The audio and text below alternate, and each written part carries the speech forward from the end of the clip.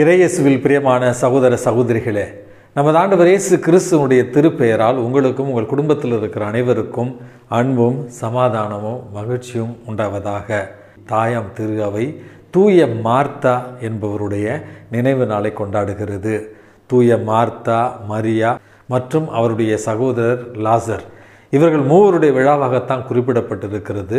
ஆனால் மகதலேன் மரியாள் என்று தனியாக நம்ம விழா கொண்டாடியதால் இன்றைக்கு தூய மார்த்தாவுடைய விழாவாகவே இதை நாம் கொண்டாடுகிறோம். அன்புமிக்கவர்களே, இவர்கள் மூவருமே எருசலேம் செல்லுகிற வழியில் இருக்கிற பெத்தானியா என்கிற ஒரு சிற்றூரில் வாழ்ந்ததாக கூறப்படுகிறது.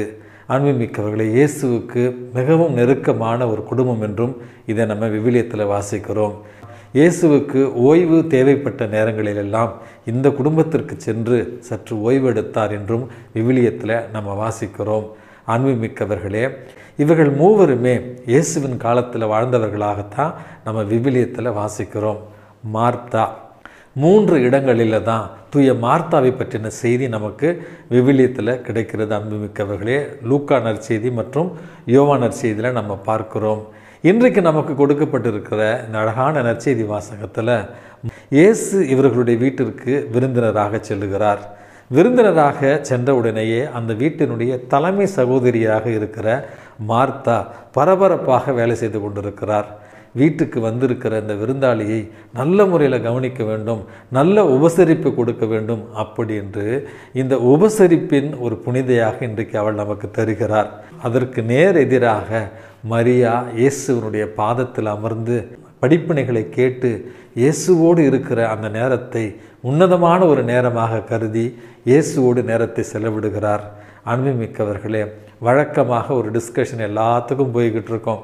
மனித வாழ்க்கையில் வேலை முக்கியமா, அல்லது விசுவாசம் முக்கியமா, அல்லது பக்தி முக்கியமா, அல்லது பணி வாழ்வு முக்கியமா, அல்லது ஜப வாழ்வு முக்கியமா அப்படி என்று துறவற சபைகள், குருக்கள், கண்ணீர்களுக்கிடையே ஒரு குழப்பம் ஏற்படலாம். அதாவது சில நேரங்களில் குழப்புவார்கள்.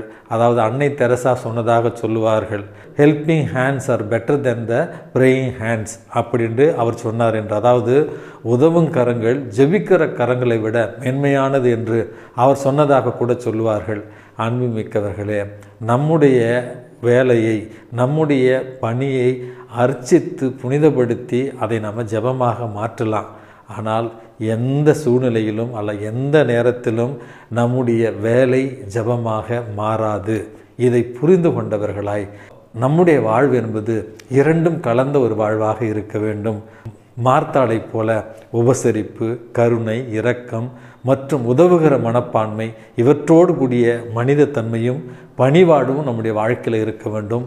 அதே போல மரியாளை போல இயேசுவினுடைய பாதத்தில் அமர்ந்து அவருடைய வார்த்தைகளை கேட்டு அதை தியானித்து அவருடைய திருமுக தரிசனத்திற்காக காத்து கிடக்கிற நம்முடைய ஆன்மீக வாழ்வின் பலமாக இருக்கிற தியானம் மற்றும் ஆன்மீக காரியங்களிலும் நம்முடைய வாழ்க்கையில் நம்ம முக்கியத்துவம் கொடுக்க வேண்டும் என்கிற அழகான செய்தியைத்தான் இந்த புனிதையினுடைய வாழ்வு நமக்கு தெளிவுபடுத்துகிறது.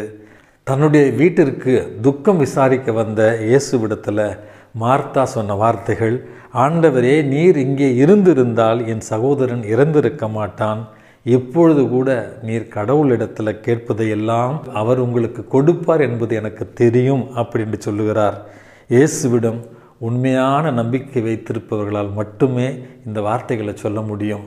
அதற்கு நமது ஆண்டவர் இயேசு கிறிஸ்து என்ன பதில் சொல்லுகிறார் என்றார், உயிர்த்தெழுதலும் வாழ்வும் நானே. என்னிடம் நம்பிக்கை கொள்பவர் இறப்பினும் வாழ்வார் என்கிற பதிலை இயேசு மார்த்தாவிடத்தில் சொல்லுகிறார்.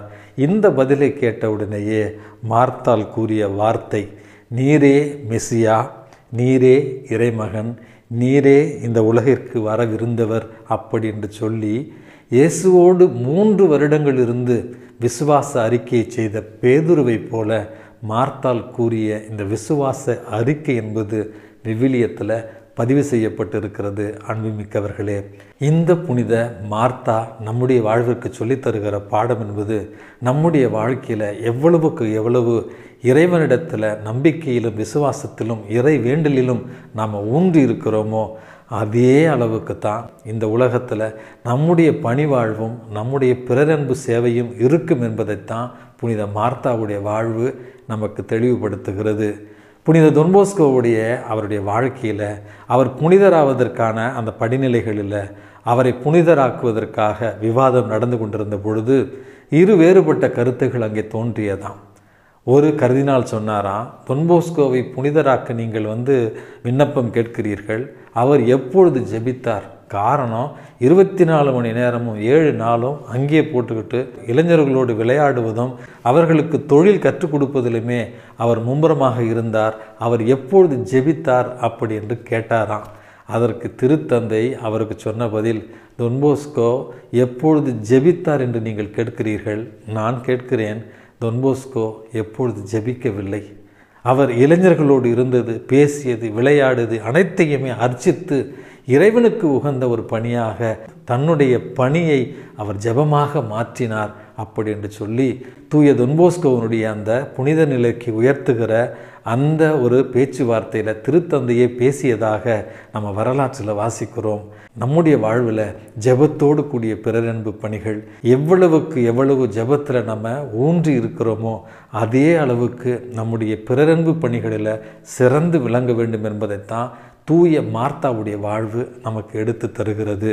ஆகவே இந்த அருமையான தினத்தில் இந்த 2 அழகான வாழ்க்கையினுடைய அங்கங்களை உணர்ந்தவர்களாய் ஜெபத்திலும் பணிவாழ்விலும் சிறந்து விளங்க இன்றைக்கு இறைவனிடத்தில் மன்றாடி ஜெபிப்போம்.